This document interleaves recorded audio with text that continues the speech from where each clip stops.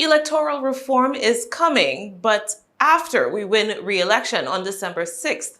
That was the message from Dominican Prime Minister Roosevelt Skerrit, leader of the Dominica Labour Party, as he spoke at a DLP candidate launch on Sunday.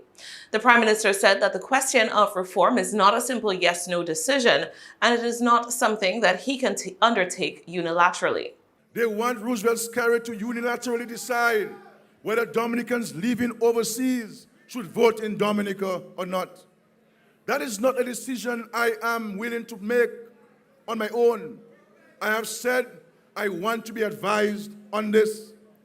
What I would say to you is that of two countries around us that attempted those same reforms in recent years, both of them returned a policy position of embracing those brothers and sisters residing elsewhere, but who continue to contribute to the social and economic development of their native land.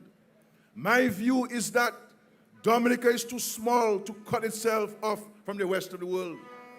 Philosophically, I believe that if a person works elsewhere but sends home money, provisions, and other enabling assistance to upkeep their family in Dominica, I, Roosevelt Skerrit, do not see why that person should be unilaterally removed from the voters list of Dominica. They have a right to vote in Dominica's elections, ladies and gentlemen.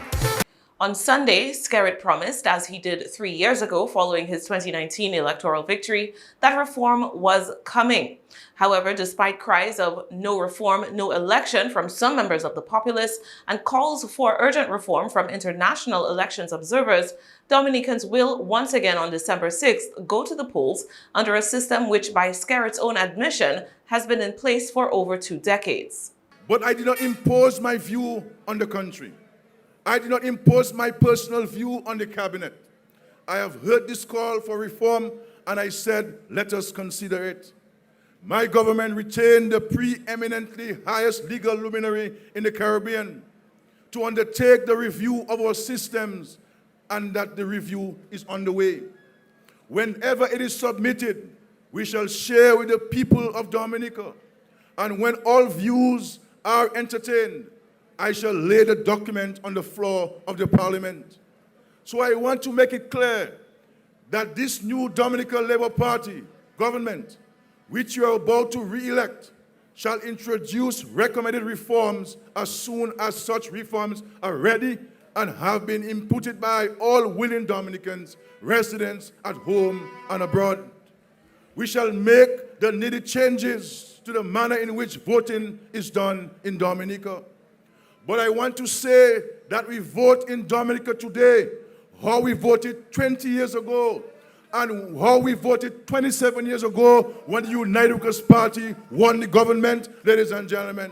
With the country's main opposition, the United Workers' Party, deciding not to contest the election they have framed as an abuse of the Prime Minister's power to dissolve Parliament at his discretion, the DLP has already secured 6 of the 21 seats in the island's House of Representatives without a ballot being cast.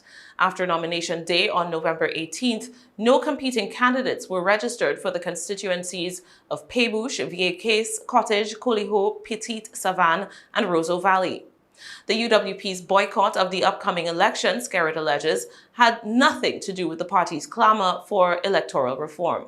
So let us cut out this nonsense about Dominicans having a voting system that no other country in the world has. They're talking about voter ID cards, but in the United States of America or Great Britain, there are no voter ID cards, ladies and gentlemen, yet people vote.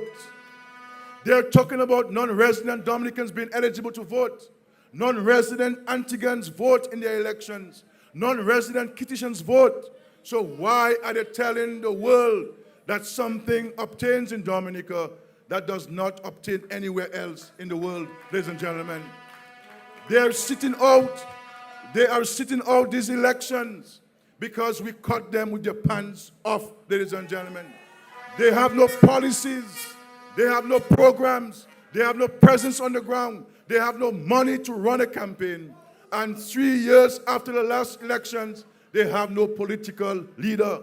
That is why they could not submit nomination papers on November 18, 2022.